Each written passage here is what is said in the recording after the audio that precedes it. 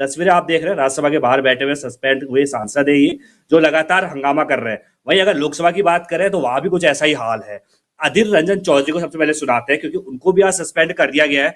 कुल मिला के देखें तो 47 सांसदों का निलंबन हो चुका है। और वहीं अगर हम बात करें स्पीकर ओम बिरला का, तो उन्होंने सीधे तौर पर कहा कि घटना पर राजनीति होना दुर्भाग्यपूर्ण है। सदन में तख्तियां लाना, नारेबाजी बिल्कुल भी सही नहीं है। लेकिन विपक्ष प्रधानमंत्री मोदी और अमित शाह के बयान से कम कुछ भी नहीं, पर शांत होने को मंजूर है। वो कह रहा भैया इन दोनों का बयान हमें सुनाइए, इन दोनों को सदन में आके जवाब देना चाहिए इस पूरे मामले पर, उसके बाद ही हम कार्रवाई को आगे चलने देंगे। और जिसके बाद जो हंगामा कर रहे सांसद थे उन पर कार्रवाई की गई है। अब तक 47 विपक्षी सांसद सस्पेंड हो चुके हैं। अब आपको बारी बारी से बयान सुनाते हैं कि उन सांसदों का जिन पर सस्पेंड की कार्रवाई की गई है, और अन्य जो नेता है विपक्ष के वो क्या कुछ कह रहे हैं, वही बीजेपी के जो नेता उनका क्या कहना है, बयान सुनिए। सुबह से और कई दिनों से हमारा मांग बड़ा सीधे मांग कि एक तो ये कि हमारे जितने एमपीज को निलंबित किए गए उनको बहाली हो, और सदन में आकर हमारे गृह मंत्री एक बयान दे।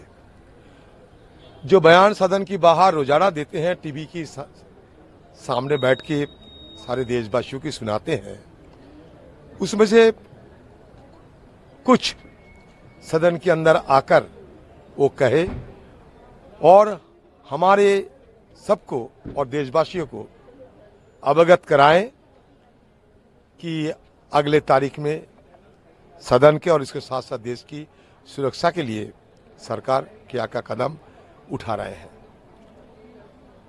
बीच में मैं ये भी सलाह दिए थे कि राजनाथ सिंह जी डिप्टी लीडर है सदन की, अगर हो सके सारा विपक्ष नेताओं को बुला के आम सहमति बना के ये सदन चलाने की कोशिश करे। सदन चलाना सरकार की फर्ज बनते हैं, और सदन चलाते समय लोकतंत्र के मुताबिक विपक्ष को साथ में रखना जरूरी होते हैं। विपक्ष को कॉन्फिडेंस में लेते हुए सदन चलाना हम लोग वाजिब समझते हैं, और ये शोभनीय भी है।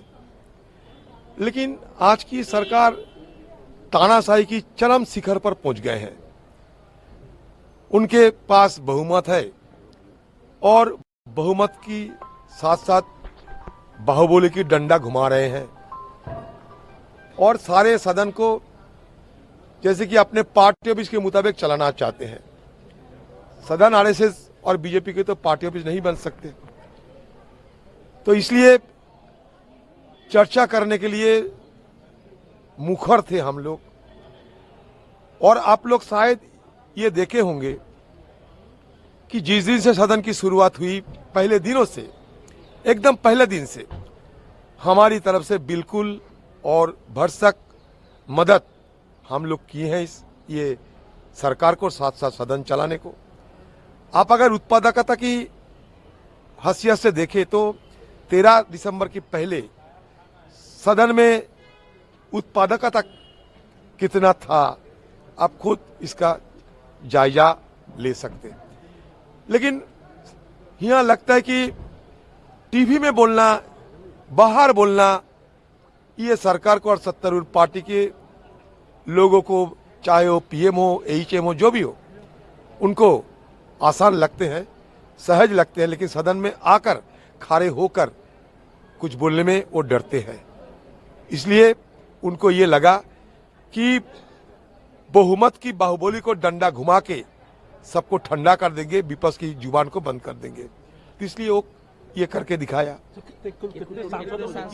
वो गिनती में आते नहीं, बहुत सारे, सभी मान लो कि विपक्ष में और कुछ बचे हुए मुझे लगता नहीं।